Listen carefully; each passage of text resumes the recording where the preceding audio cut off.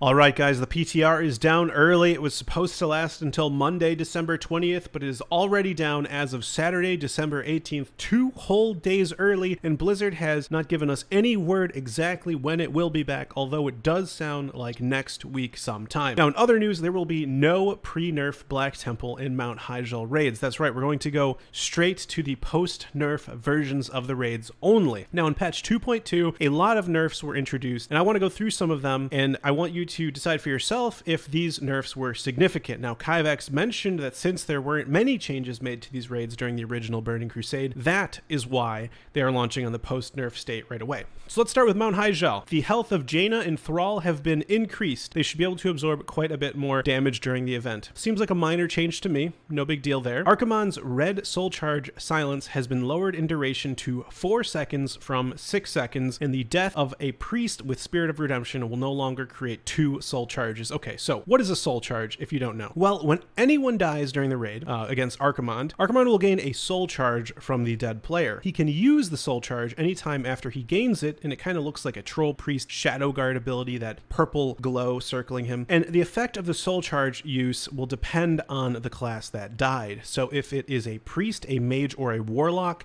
it will deal 4,500 fire damage to everyone and silence for 4 seconds. Again, that is a nerf from 6 seconds. If a warrior, rogue, or paladin dies, it will deal 4,500 physical damage and apply a 4-second 50% damage taken increase debuff. That could be quite deadly. And if a druid, shaman, or hunter dies, it will deal 4,500 nature damage over 8 seconds and drain 2,250 mana. So, you can see if a priest dies and has Spirit of Redemption, then that is a total of 9,000 damage and 8 seconds worth of silence for the raid over the course of 2 soul charges, which can absolutely ruin anyone's day. Of course, it's not going to be all at once. I'm just saying combined, if that from that one death, that is the effect that you're going to have. So the post-nerf state, if a priest dies, will only grant Archimonde 1 soul charge instead of 2.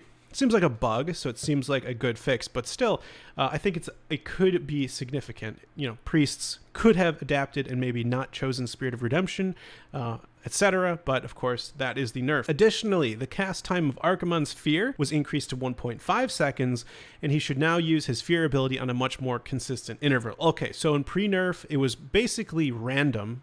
You really couldn't anticipate it.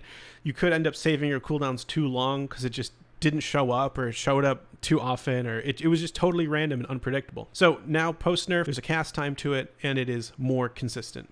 Also, Archimonde will no longer cast Grip of the Legion on very far away targets, so it doesn't have infinite range.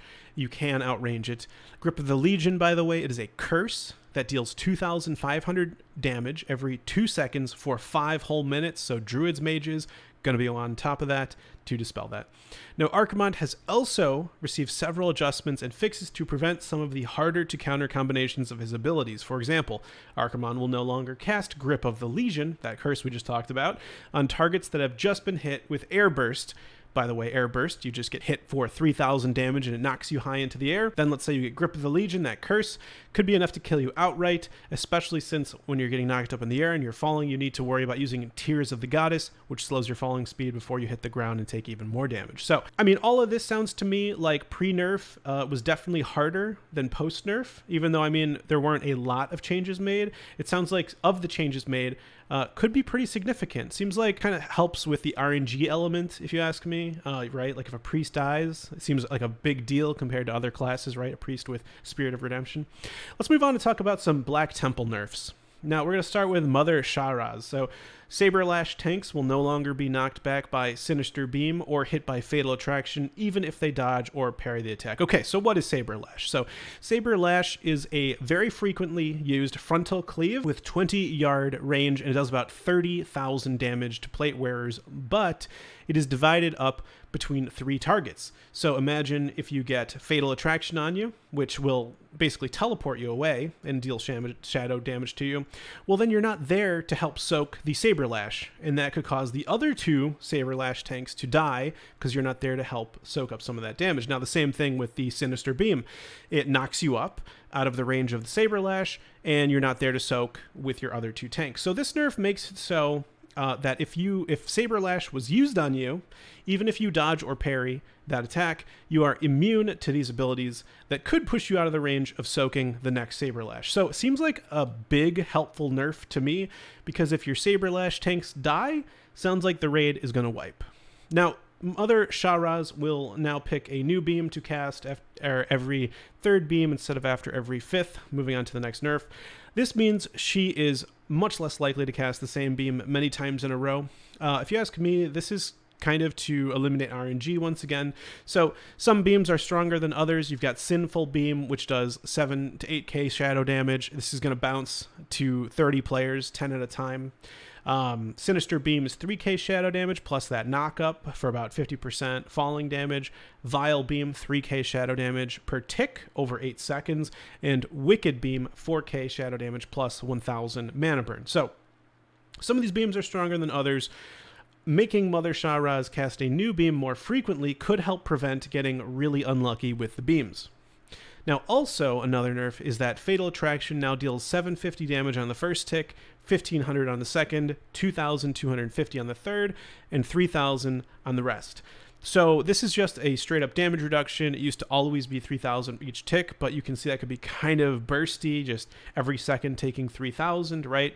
So again, this is sort of just a straight up nerf.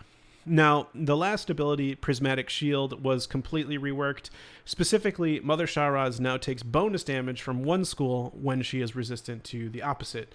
Her resistances now change randomly every 15 seconds and are capped at 25%. So, for example, Mother Shahraz could be resistant to Arcane, but taking bonus from Nature, and vice versa. Could be resistant to Holy, but taking bonus from Shadow. The same for Fire and Frost, being opposites.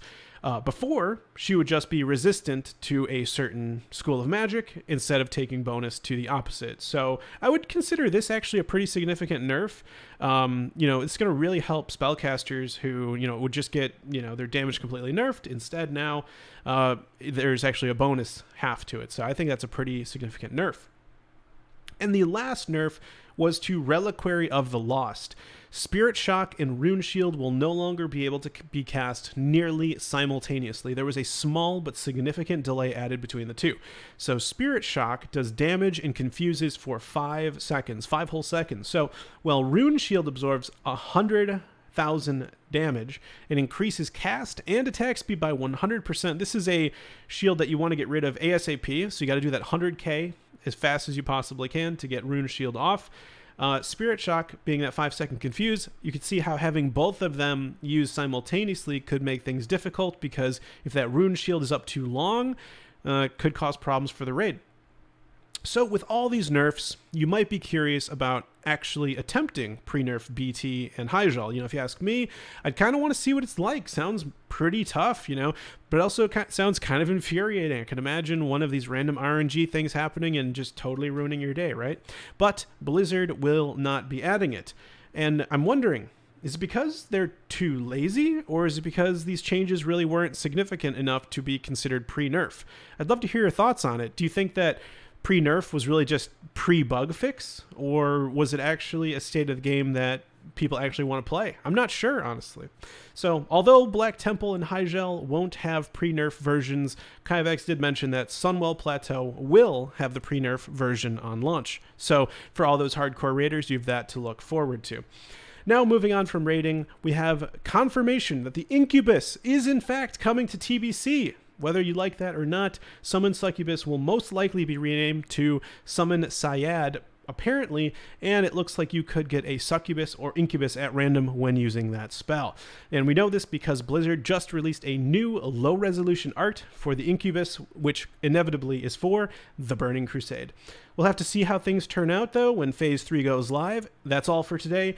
Don't forget to like, subscribe, and let me know your thoughts in the comments below. Thanks, and take care.